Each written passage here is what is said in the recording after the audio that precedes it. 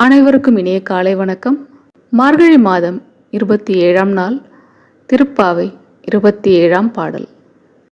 கூடாரை வெல்லும் சீ கோவிந்தா உன் தன்னை பாடி பறை கொண்டு யாம் பேரும் சம்மானம் நாடு புகழும் பரிசீனால் நன்றாக சூடகமே தோள்வளையே தோடே செவி பூவே பாடகமே என்றனைய பலகலனும் யாமணிவோம் ஆடை ஓடு போம் அதன் பின்னே பால் சோறு மூட